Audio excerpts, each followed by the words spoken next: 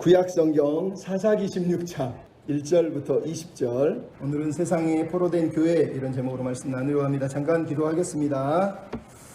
사랑하는 아버지, 오늘도 우리가 주님의 말씀 앞에 설 때 삼손의 삶을 통해서 우리에게 말씀하시는 주님의 마음을 깨닫게 하시고, 우리가 이 땅을 살아가는 동안 하나님이 기대하시는 삶을 살아낼 수 있도록 저에게 은혜를 허락하여 주시고 빛된 사명을 감당할 수 있는 능력을 주시옵소서. 여타감 예수님의 이름으로 기도하옵나이다.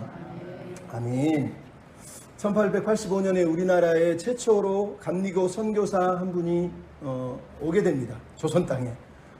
이 사람은 20대 때에 미국에서 대학을 다니다가 교회에서 성경 공부를 하게 되는데, 성경 말씀 중에 지극히 작은 자에게 하지 아니한 것이 나에게 하지 않은 것이다 라는 말씀을 듣고 거기서 충격을 받습니다. 그러면서 지극히 작은 한 사람을 섬기는 길이 뭘까? 목사가 돼야 되겠다. 그리고 신학교로 가서 신학교 목사가 될 준비를 하게 됩니다.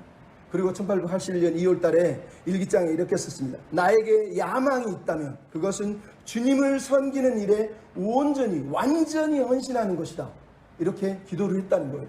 근데 우연히 설교를 듣다가 선교에 대한 마음의 뜨거움이 생긴 거예요. 그래서 자기 친구는 조선으로 가기로 결정을 했는데 자기 친구가 갑자기 선교를 포기해버린 거예요. 그래서 그러면 내가 조선으로 가야지. 그리고 조선으로 갈 마음을 먹고 그때부터 열심히 준비를 하고 자기와 결혼할 엘라 다찌라고 하는 여자에게 찾아가서 내가 하나님의 꿈을 가지고 선교를 하러 조선으로 가려고 하는데 같이 가겠느냐? 그랬더니 이 여자분이 감격을 하면서 당신이 그런 마음을 가졌다면 나도 하나님의 나라를 위해 살아야죠. 그러면서 이 남자와 여자가 둘이 얼마 안 있다가 결혼을 하고, 결혼한 지 한 달 만에 배를 타고 한국을 향해서 떠나옵니다. 그리고 일본에 잠깐 머물다가 1885년 4월 달에 드디어 조선 땅으로 인천 제물포에 도착하게 돼요. 그에게 도착한 그날 이분이 미국 선교부에다 편지를 썼는데, 그날 아침이 해필이면 부활절이었어요. 이렇게 썼어요. 오 하나님, 우리는 이 부활의 아침에 이곳에 도착했습니다. 이날은 사망의 빗장을 산산히 깨뜨리시고 부활하신 주님께서 이 나라 백성들이 얽매여 있는 굴레를 끊으시고 그들에게 하나님의 자녀가 누리는 빛과 자유를 허락하여 주실 줄 믿습니다. 이렇게 선교 편지를 보냈다는 거예요. 그러고 나서 한국에 들어왔는데 한국이 얼마나 가난한지, 사람들이 지독하게도 가난하고 궁핍하고 미신이 득실득실하고 학교도 병원도 없이 사람들이 굶어 죽어가고 있고, 숙박하러 어디 여관도 없었으니까 조선시대에 그 여관 숙박 들어가면 막 벌레들이 기어다니고 바퀴벌레들이 기어다니고 막 벼룩이 뛰고 난리에, 거기다가 개들이 닭들이 막 짖어대니까 잠을 잘 수가 없다는 거예요. 그럼에도 불구하고 버티면서 기도하면서 준비를 해서 나중에 한국어를 잘 배우고 드디어 설교를 시작합니다. 그러면서 이분이 한 번 더 편지를 썼는데 뭐라고 됐냐? 한국에서 나의 사랑하는 교회에 초석을 닫는 것이 내 평생의 소망이다. 내가 가지고 있는 야망이란 이 나라 전체에서 예수 그리스도를 설교하는 것이다. 그것이 설령 25년이 걸리더라도 그 기간 내내 내가 한국인들 사이에서 십자가에 못 박힌 주님만 알게 하여 주시옵소서. 주님께서 생명의 메시지를 전하라 하셨으니 충실하게 감당할 수 있도록 도와주시옵소서. 악마는 조상 숭배, 관습, 방탕 등으로 우리를 유혹하고 침범하나 우리는 두려워하지 않을 것입니다. 우리가 누구의 이름으로 사역하고 있는지 알고 있기 때문입니다. 우리는 영광스러운 복음의 능력을 알고 있습니다. 이렇게 고백을 했다는 거예요. 그리고 나서 이 땅에 와서 우리가 아는 배제학당을 세우고 수많은 학생들을 불러 모아서 가르치고, 일제 침략 시대에 계몽을 시키고, 뿐만 아니라 교회를 세우고 학교를 세우고 그 일을 하다가 나중에 순교하게 돼요. 이 사람을 아펜젤러 선교사라고 하는데, 그래서 어떤 사람이 조선의 빛이 된 선교사다 이렇게 명명을 하더라고요. 그러니까 이분이 오셔서 이 땅에 조선의 빛이 되어서 이 땅에 예수 그리스도의 빛을 비추기 위해서 오셨던 선교사라는 뜻이에요. 왜 이 얘기를 들려주느냐? 여러분, 그리스도인이 누굽니까? 빛의 자녀예요. 에베소서 5장 8절에 보면 이렇게 써 있어요. 너희가 전에는 어둠이더니 이제는 주 안에서 빛이라, 빛의 자녀들처럼 행하라 라고 얘기하는 거예요. 여러분, 예수 그리스도를 믿는 사람들은 다 빛의 자녀라는 걸 알아야 돼요. 그러니까 우리가 빛의 자녀라는 말은 죄에서 구속받아서 구원받아 자유하게 되었다는 뜻이에요. 근데 여러분, 빛의 자녀라는 이 사명을 잊어버리면 나는 죄에서 구원받았는데 이제는 내 마음대로 살아도 되지 않아? 이렇게 말하는 일들이 벌어진다는 거예요. 근데 로마서의 사도 바울이 6장 1절에 뭐라고 그랬습니까? 우리가 은혜를 더하려고 죄를 지으면 되겠느냐? 그럴 수 없느니라. 왜라고 말합니까? 더 이상 죄가 너희를 주장하지 못하리니 너희가 법 아래 있지 아니하고 은혜 아래 있기 때문이라는 거예요. 여러분, 은혜 아래 있는 사람은 죄가 나를 주장하지 못하기 위해서 빛의 아들이 되기 위해서 싸우는 사람이다 라고 얘기를 하는 거예요. 그래서 사도 바울이 로마서 6장에 보면 뭘 얘기합니까? 어떤 사람은 자기 몸을 불의의 무기로 죄의 종으로 드리고, 어떤 사람은 순종의 종으로 의의 무기로 자기 몸을 하나님께 의의 무기로 드리는 의의 종이 있다고 얘기하는 거예요. 우리는 모두 의의 종, 의의 무기로 하나님께 드리는 삶을 살아야 된다고 말하는 거예요. 그러니까 여러분, 예수 믿는 사람이 자꾸 나는 구원 받았으니까 나는 나머지는 내 마음대로 살래, 이렇게 얘기하면 안 돼요. 여러분, 사도 바울이 아까 빛의 자녀라고 말하는데 그 앞에 에베소서 5장 3절 4절 5절에 이렇게 써 있어요. 어둠의 자녀들은 음행과 온갖 더러움과 탐욕, 누추함과 어리석은 말과 희롱의 말, 음행하는 자, 더러운 자, 탐하는 자, 우상 숭배하는 자, 헛된 말을 하는 이 사람들은 그 누구도 하나님의 나라를 유업으로 얻을 수 없다라고 얘기하는 거예요. 그러면 여러분, 우리가 빛의 자녀라는 걸 잊으면 안 돼요. 빛의 자녀라고 해서 어둠이 우리에게 침범하지 않나요? 유혹하지 않나요? 예수님도 사단이 유혹했는데 우리라고 유혹을 안 당합니까? 사단은 계속해서 우리를 유혹하는 거예요. 그래서 우리에게 필요한 건 유혹을 분별하고 유혹을 싸워서 이겨내는 그런 믿음이 필요한 거란 말이에요. 그거는 각자의 몫이에요. 뭐 여러분이 나는 예수 믿는데 뭐 하나님이 지켜주겠지, 그렇게 말하면 의의 열매를 맺을 수가 없어요. 사도 바울이 빛의 열매는 모든 착함과 의로움과 진실함에 있느니라. 너희가 어떻게 행할 것인지 자세히 주의하여 오직 주의 뜻이 무엇인지 이해하도록 하라. 말씀이 너희 안에 풍성히 거하여 시와 찬미와 신령한 노래를 부르고 그렇게 하나님께 감사하는 삶을 살라라고 얘기한 이유가 바로 거기에 있단 말이에요. 여러분, 빛의 자녀입니까? 내가 가만히 있는다고 빛이 나타나는 게 아니에요. 내가 모든 착함과 의로움과 선함을 선택하고 늘 주의하고 분별하고 주의 뜻을 분별할 때에만 우리가 빛의 열매를 맺을 수 있다는 거예요.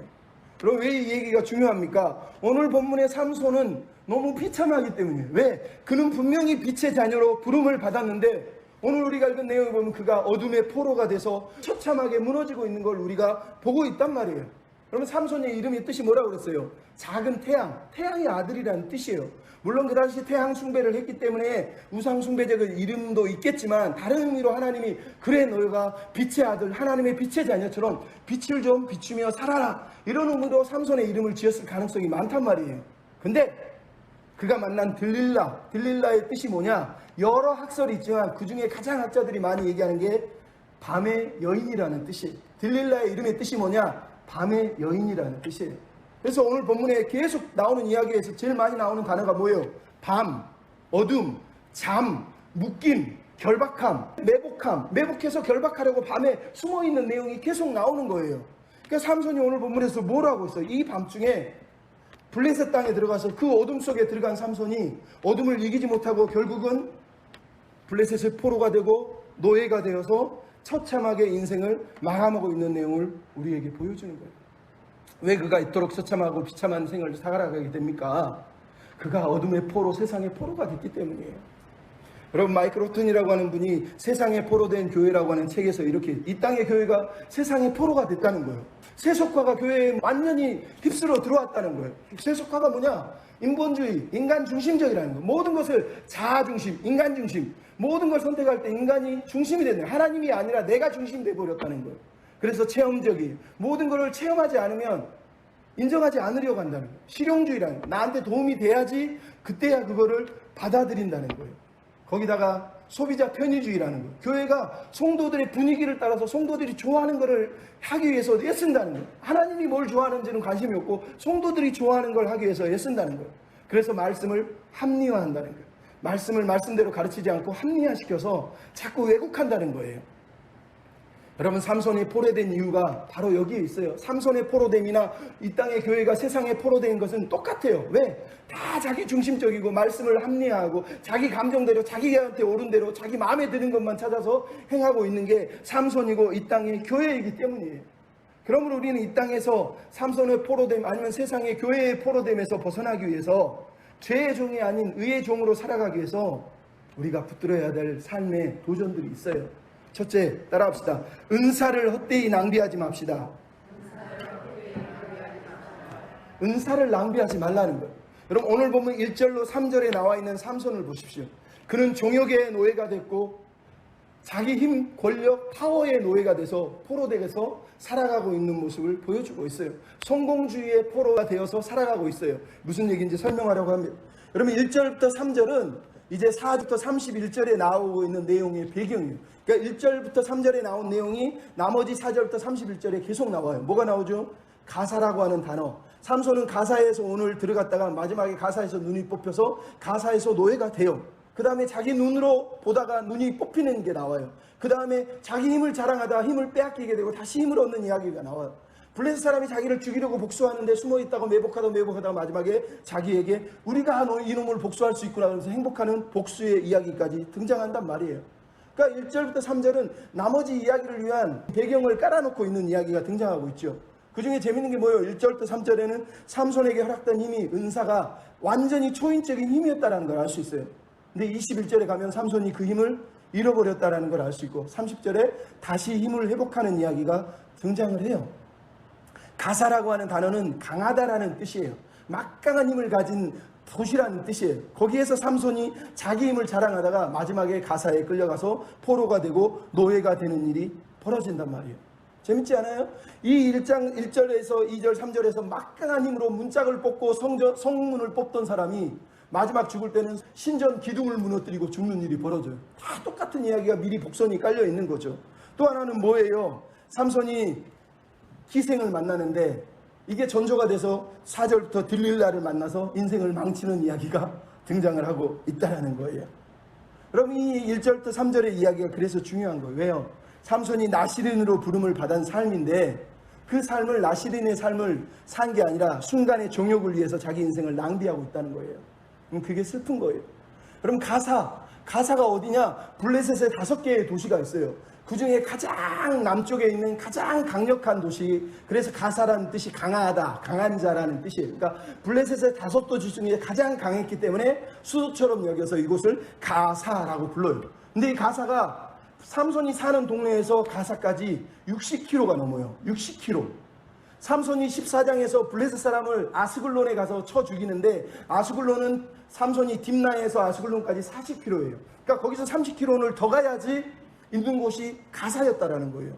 근데 삼손이 갑자기 가사로 지금 내려가고 있어요.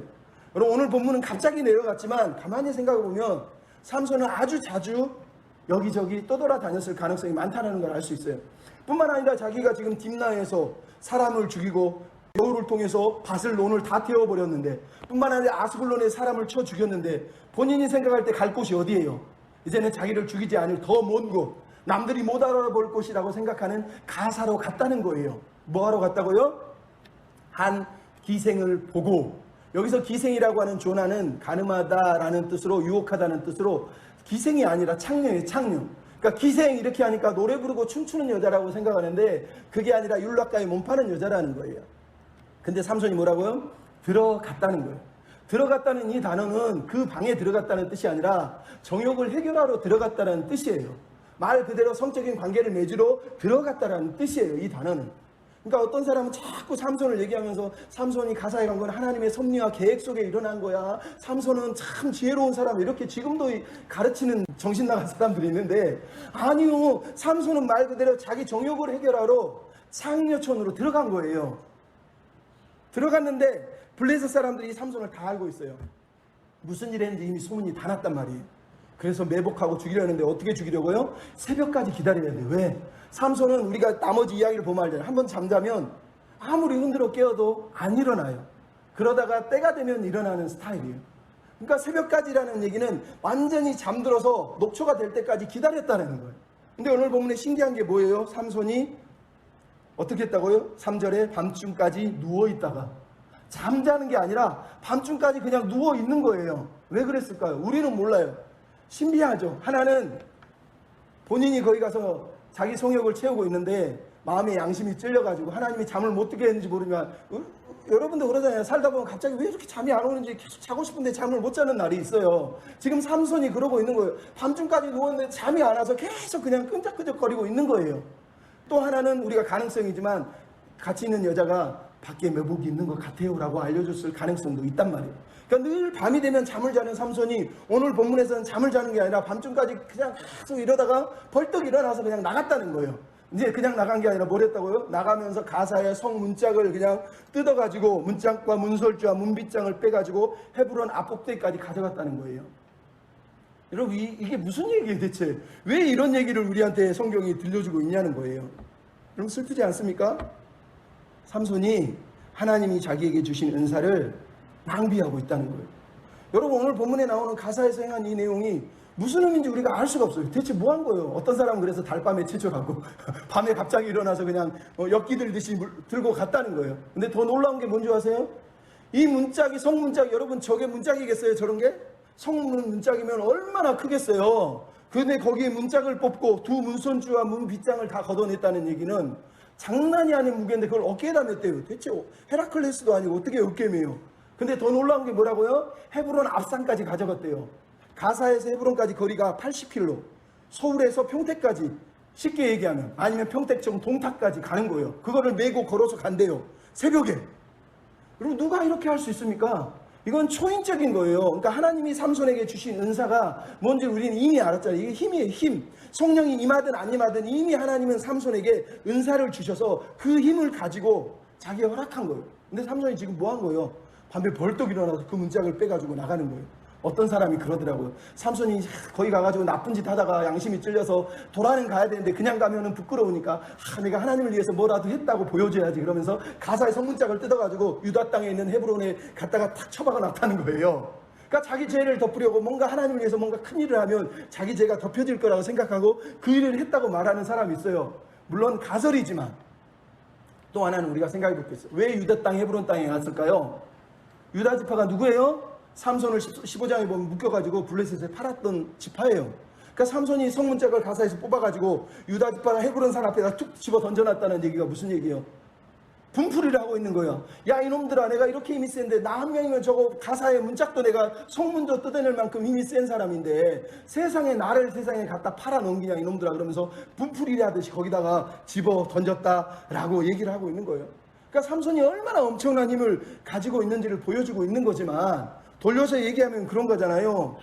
내가 이 정도 힘이 있다. 내가 한번 성질 내면 블레셋 아무것도 아니다. 야 성문짝도 뜯어서 던질 수 있는 능력이 있는데 그런 나를 니네들이 무시하면 되느냐. 하나님 섬기는 거 어려운 거 아니야. 그냥 한번 힘 쫙 발휘하면 되고 어려우면 잠깐 기도하고 또 내 힘 가지고 막 그냥 큰일 하면 하나님이 기뻐하시는 거야. 그렇게 사는 거지 무슨 거룩하게 살려고 애쓰지 마. 고민하지 마. 그냥 막 살다가 가끔씩 하나님 영광을 위해서 그냥 큰일 한 번씩 해. 이렇게 얘기하는 거하고 똑같은 거란 말이에요. 여기서 성문을 뽑았다는 게 대적의 문을 얻었다는 뜻이에요. 영적으로 얘기하면. 왜? 성문이라는 단어는요 그 나라의 국가에 가장 중요한 대소사가 있는 자리이기 때문에 성문이라는 단어는 엄청 중요한 단어예요. 근데 여기를 뭐라고 그랬어요? 헤브론 앞산에다가 집어놨대요. 여러분 헤브론 앞산 그러면 퍼뜩 성경을 많이 읽은 사람은 떠올려야 돼요. 거기가 어디냐? 모리아산 앞쪽 남쪽에 있는 산이에요. 모리아산이 어디냐? 우리가 알지만 아브라함이 이삭을 드렸던 장소가 모리아산이에요. 근데 그것보다 더 중요한 게 있어요. 하나님이 아브라함에게 네 자식보다 나를 더 사랑하니 이러면서 감격하면서 거기서 하나님이 예언의 말씀을 주실 때 뭐라고 그러느냐? 이렇게 써 있어요. 네 씨가 그 대적의 성문을 차지하리라. 네 씨가 대적의 성문을 차지하리라. 무슨 얘기인지 알겠어요? 하나님의 약속의 자녀가 대적의 성문을 취한다는 얘기는 그 나라를 속국으로 만들고 그 나라를 무너뜨릴 거라는 거예요. 그러니까 삼손이 한 일은 영적으로 보면 하나님이 헤브론 산에서 예언했던 그 예언의 한 징조를 지금 삼손이 어떤 의미에서 해버린 거예요. 근데 삼손은 그걸 깨달아서 한 게 아니에요. 그냥 성문 뜯으라고 유다 지파한테 분풀이하고 집어 던지고 갔어요. 무슨 얘기예요?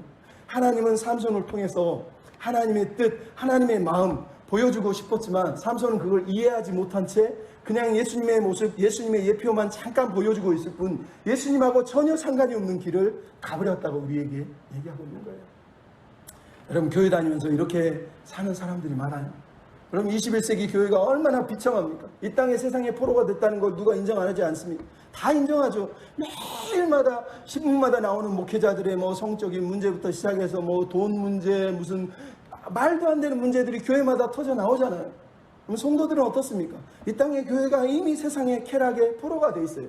힘의 포로가 돼 있어요. 힘의 지배를 받고 있단 말이에요. 왜? 교회 안에서도 힘센 사람을 추구하고 힘이 최고라고 합니다. 힘이 있으면 모든 걸 해결할 수 있다고 믿는 거예요. 그래서 힘을 자랑하려고 애써요. 내가 하나님 뜻대로 살려고, 겸손하게 하나님 뜻을 따라 살려고 애쓰는 그런 고민을 하는 게 아니라 어떻게 하면 내가 더 힘을 가질까? 어떻게 하면 내가 힘을 자랑할 수 있을까? 자기를 자꾸 과시하고 나타내는데 자기를 드러내고 헛되이 낭비한단 말이에요. 삼손처럼 그냥 인생을 주신 은사를 가지고 하나님 나라를 위해 싸워도 되잖아요. 유다 사람 보고 야 내가 성문을 뜯어서 당신들 나하고 함께 유다를 공격하자 이렇게 얘기해도 되는데 전혀 그런 데 관심이 없어요. 그냥 자기 힘 한번 뚝 써가지고 힘 자랑하면서 니네들 까불지 마. 블레셋 아무것도 아니야. 그러고 있는 거예요. 이게 슬프지 않습니까?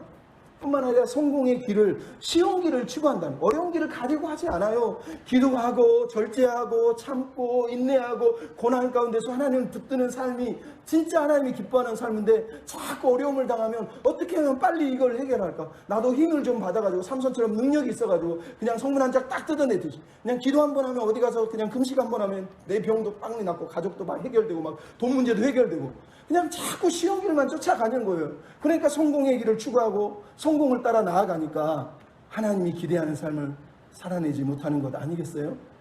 그러면 이 세상의 교회가 삼손하고 똑같은 거예요. 힘의 포로 되어 있고 성공주의의 포로가 되어 있는 거예요. 그럼 마귀가 예수님 유혹하면서 뭐라고 그랬어요? 당신 어렵게 십자가의 길, 고난의 길 걸어가지 마라. 나한테 절 한 번 하면 세상 다 준다. 하나님이 주려고 했던 그 비전을 약간 비틀어가지고 예수님한테 던져준 거예요. 쉬운 길 가라는 거예요. 근데 예수님이 쉬운 길 갔나요? 아니요. 십자가의 길 외에 다른 길을 가면 안 되는 거예요. 그러니까 이 땅 교회도 마찬가지라니까요. 우리가 사단한테 절 한 번 하면 물질 들어오고 명예 들어오고 다 준대잖아요. 가서 절하면 끝나는 거예요.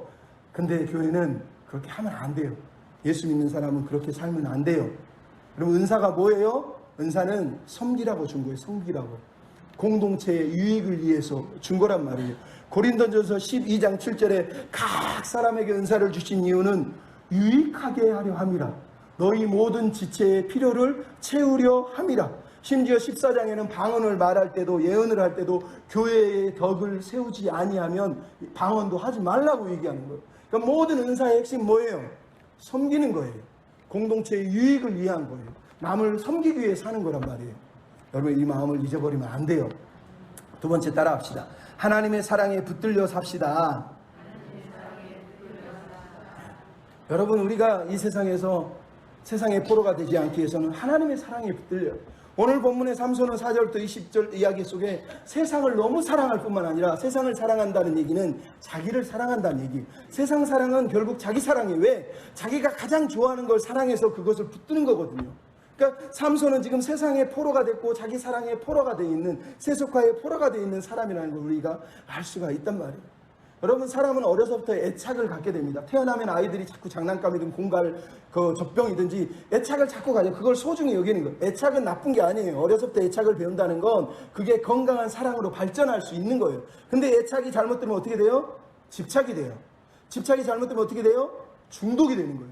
그러면 그 사람의 인생이 망가진다는 거예요. 근데 애착은 잘못된 거예요. 삼손의 오늘 본문에서 그가 자꾸 여자를 사랑하고 여자를 쫓아가는 건 그의 어렸을 때 애착이 집착이 되고 변질돼서 중독이 되어버렸다는 걸 알 수 있어요. 가짜 사랑이 진짜 사랑이라고 믿고 지금 뛰어가고 있는 모습을 우리에게 보여주는 거예요. 그러니까 불행한 거예요. 삼손은 중독자예요. 중독자. 음식만 보면 음식을 막 취해서 얻어먹고 자기 성질 나면 막 분풀이 해버리고 막 참지 못하고 사람 때려 죽여버리고 분노를 참지 못하는 거예요. 뿐만 아니라 여자만 보면 쫓아다니는 말 그대로 중독자로 오늘 본문에 우리에게 등장하고 있잖아요. 얼마나 슬픕니까? 삼손의 인생은 여자 때문에 다 망했죠.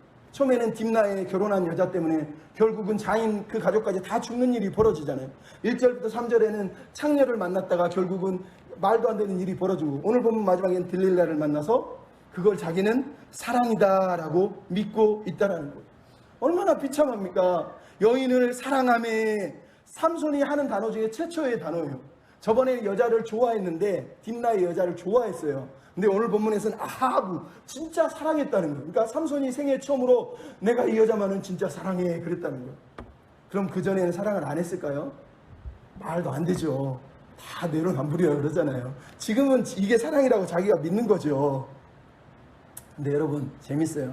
딜릴라라는 이름은 의미가 여러 가지가 있는데 하나는 뭐냐? 아까 말했지만 밤의 여인이에요. 근데 또 하나의 의미 뭐냐?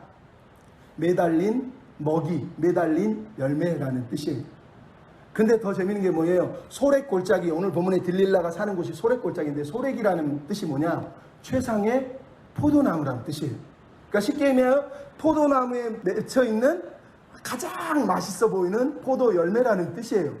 그게 밤의 여인이 유혹하는 유혹이라는 뜻이에요. 그러니까 딜릴라의 모든 삶은 말 그대로 유혹을 상징하는 거예요. 포도나무가 열려서 나를 유혹하는 거, 이거 따먹어, 이런 얘기예요. 근데 여러분, 삼손이 누구예요? 나실인이 계속 근데 문제가 생기죠. 14장에서는 포도원에 들어가지 말라고 그랬는데 지가 포도원 들어가 버리잖아요. 오늘 본문에도 소래골짜기라는 뜻이 뭐예요? 말 그대로 그 땅은 포도나무가 너무너무 많아서 포도 열매가 잘 맺히는 땅이라는 뜻이에요. 근데 거기 포도나무, 그 포도나무 땅에 가가지고 딜릴라를 만났다는 얘기는 삼손이 나실인의 자기 신분을 망각하고 거기에 갔다라고 얘기하는 거예요. 그러니까 딜릴라는 말 그대로 유혹자예요, 유혹자.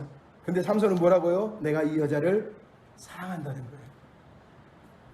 이번에는 진짜라는 거죠.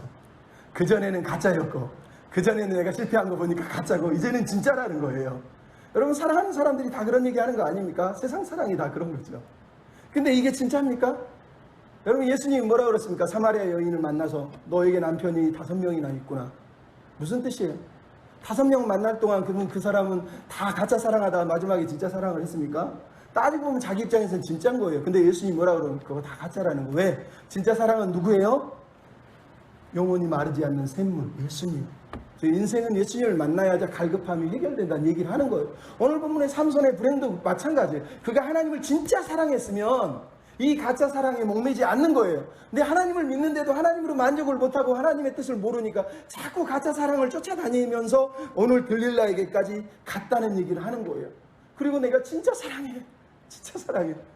근데 여러분, 이 딜릴라가 어떤 여자예요? 5절에 보니까 블레셋 방백들이 찾아와서 각각 은 1100세겔씩을 줄 테니까 저놈을 꿰어서 그 힘의 능력과 비밀을 알아내라고 얘기했다는 거예요. 그럼 딜릴라는 블레셋 여자가 아니고요, 유다 여자일 가능성이 많대요. 딜릴라는 창녀도 아니에요. 여러분, 1절부터 3절에 창녀가 나오니까 딜릴라로 창녀라고 생각하는 사람이 많은데 영화도 그렇게 만들어놨지만 실제로는 딜릴라는 그냥 소래골짜기의 평범한 여자거나 아니면 소래골짜기에서 아주 유명한 기녀거나 하여간 그런 여자였다는 얘기예요. 근데 이 여자가 지금 뭐하고 있어요? 유혹에 넘어갔다는 거예요. 어떤 유혹에? 돈. 1100세겔이면 얼마인 줄 아세요? 5명이 1100세겔씩 주면 5500세겔인 거예요. 그 당시 1년 노동자 품삯이 15세겔이에요. 그럼 5,500이면 얼마인 줄 아세요? 우리 돈으로 2억이 넘는 거고 그 당시 돈으로 2억이면 평생 죽을 때까지 먹고 써도 못 쓰는 돈이라는 얘기예요. 그러니까 이 딜릴라가 그 돈에 그냥 뿅 가서 삼손을 팔아먹기로 작정을 했다는 거예요. 그러니까 삼손은 지가 사랑한다고 여겼지만 이 여자는 삼손은 도구예요, 도구. 자기 돈을 위한, 돈 때문에 이 남자 삼손을 팔아버릴 수밖에 없는 그런 돈을 사랑하는 여자였단 말이죠. 여러분, 이런 삶을 살아야 돼요. 근데 삼손이 사랑한다고 얘기하는 거예요. 진짜 목표는 딜릴라는 돈이었지 삼손이 아니었다는 거예요. 근데 삼손이 지 혼자 사랑이에요, 사랑. 얼마나 불쌍합니까? 옛날에 얘기했잖아요. 장안몽, 이수일과 심순애. 심순애에게 그러자, 순애야, 김중배의 다이아 반지가 그래도 탐이 났단 말이냐, 왜 나를 버리냐. 지금 딜릴라가 그러고 있는 거예요. 그러니까 삼손은 여자 잘못 만나가서 망친 거예요, 망친 거. 여러분, 옛날에 톰 존슨이라고 하는 사람이 1968년에 노래를 하나 만들었는데 제목이 딜라일라예요. 영국식 발음이에요. 이게 한국 이름이 뭐냐? 딜릴라예요, 딜릴라. 이거를 조영남 씨가 한국어로 번역을 해서 불렀는데 제일 그 중에 유명한 게 뭐예요? My Delilah, why Delilah 이러면서 왜 내 드릴라야, 왜 나를 거부했어, 왜 배신했어 이러면서 부르는 노래예요. 그 노래 자체가 배신의 노래란 말이에요. 그러니까 드릴라는 말 그대로 배신의 아이콘이에요. 배신의 아이콘. 근데 삼손이 이 여자를 사랑했다는 거예요. 불쌍하지 않습니까? 더 불쌍한 게 뭐예요? 오늘 본문에서 삼손은 잠만 자는 사사, 세상의 사자 중에 이렇게 잠을 많이 자요. 매일 잠 얘기가 나오는 사사는 최초일 거예요.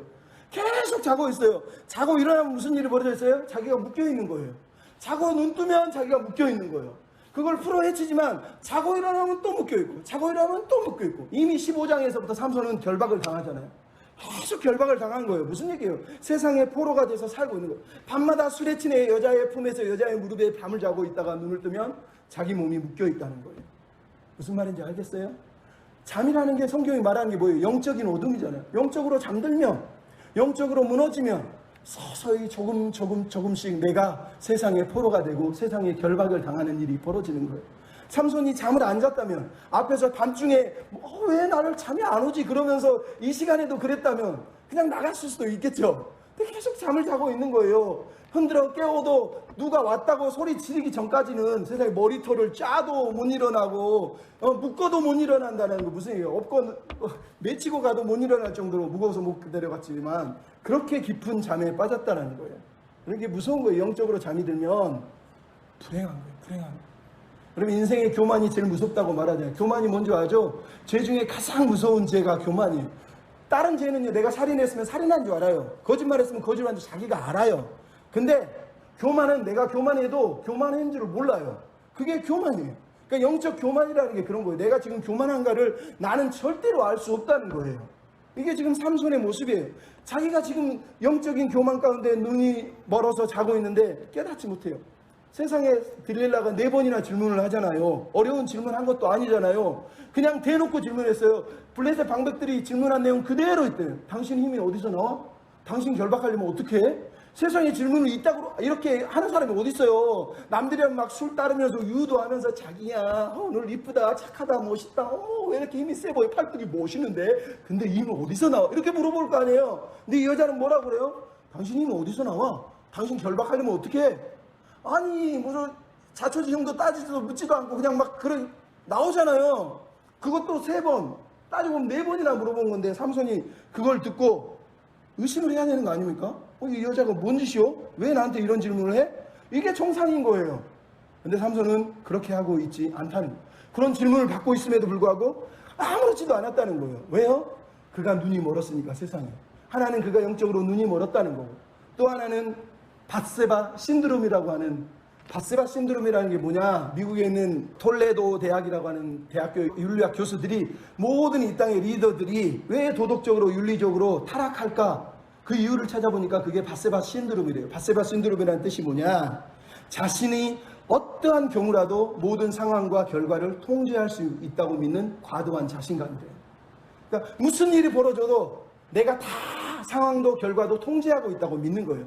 그러니까 삼손은 지금 들어누워서 드릴라가 유혹을 하는 거 알아요. 놈들이 매복해 있는 거 이미 매복한 거 한 거 경험했으면 2년이 미쳤나 이래야 되는데도 매복한 걸 보고도 또 매복한 걸 또 보고도 여전히 가만히 있는 건 자기가 너무 힘이 세다는 걸 믿기 때문에 자기가 얼마나 대단한지를 알기 때문에 이 모든 것 내가 통제할 수 있다는 것 아무것도 자기는 어렵지 않다는 거예요.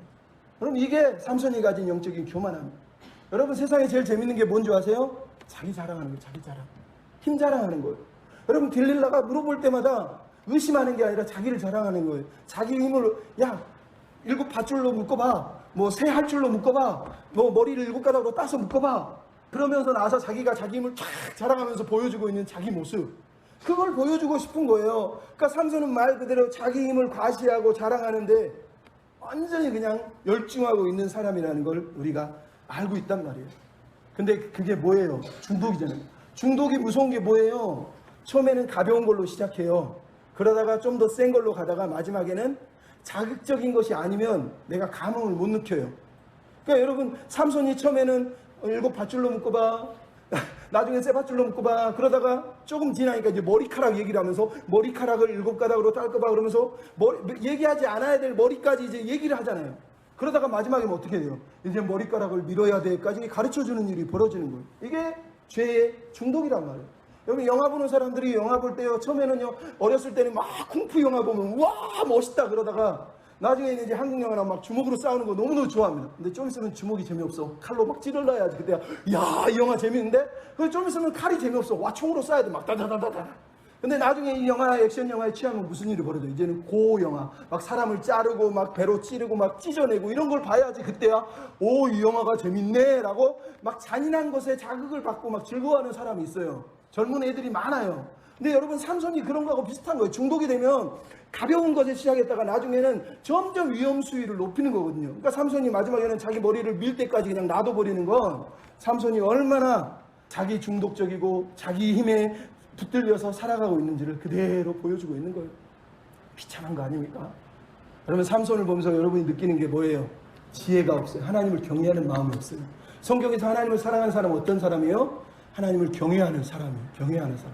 아브라함에게 네가 네 자식까지도 아끼지 않고 하는 걸 보니 네가 나를 경외하는구나. 이 말이 사랑하는구나 하고 똑같은 말이란 말이에요. 그러니까 하나님을 사랑하는 사람은 하나님을 경외하는 거예요. 잠언에 보면 그래서 이렇게 나와요. 잠언 1장 2장에 보면 지혜가 길거리에 부르면서 내 말을 들어라. 여호와를 경외하는 지식을 가르쳐 주겠다. 네가 그러면 음녀의 길을 피하게 음녀를 따라가지 않을 것이다. 이렇게 얘기를 해요. 근데 7장으로 보면 이런 음녀가 길거리에서 부르면서 나에게 다가오라. 그러면서 내가 포도주와 독한 술과 이런 것으로 유혹을 해서 너를 대접해 주겠다면서 음녀가 부르는 이야기가 나와요. 삼손이 지금 지혜의 길을 따라갔으면 하나님을 경외하고 모든 악함과 음녀의 길을 버렸을 때는 음녀의 유혹을 받고 음녀의 길을 따라가니까 하나님을 경외하지 못하고 결국은 하나님을 떠난 인생을 살게 되잖아요.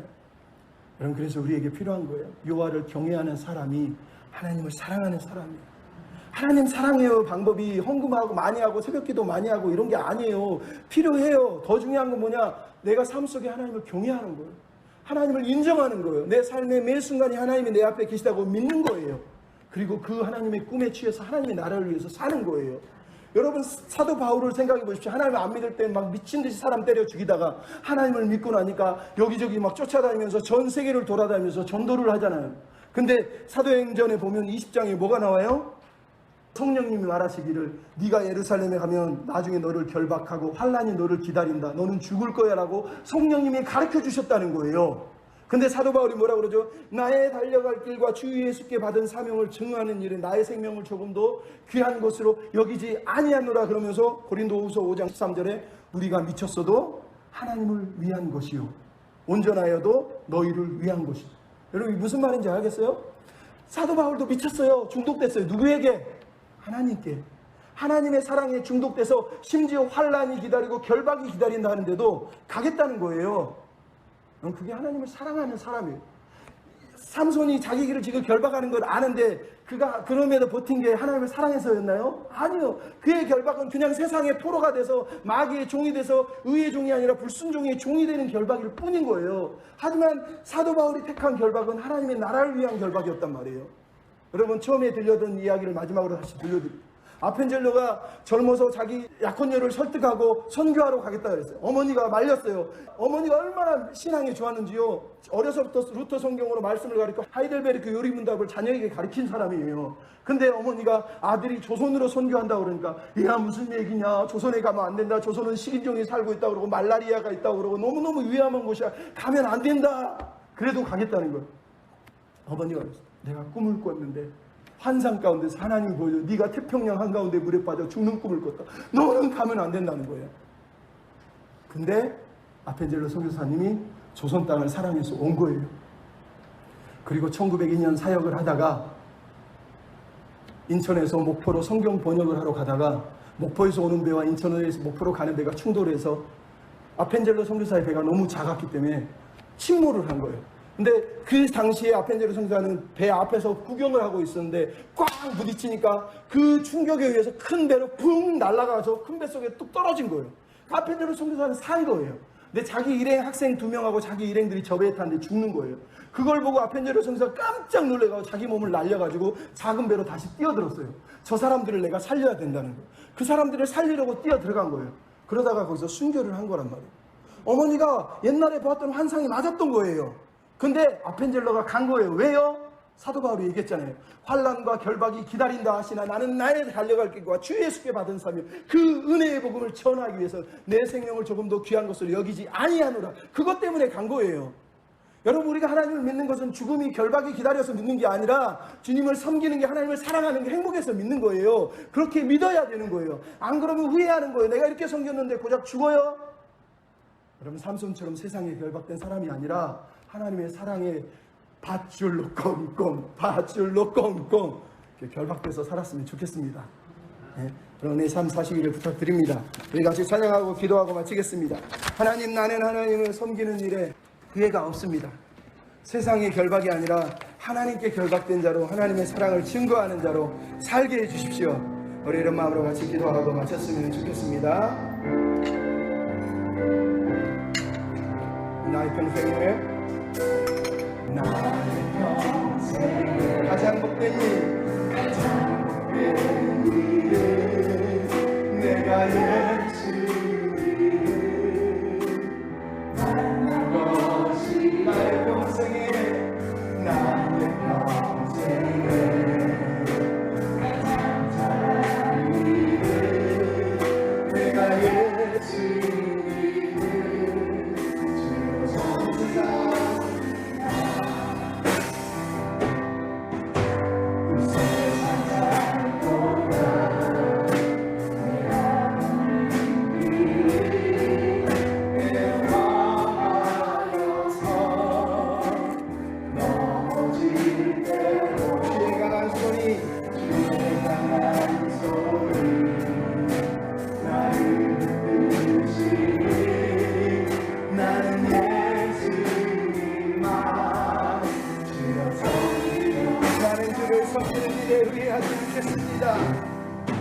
나는 주를 섬기는 것에 후회가 없습니다.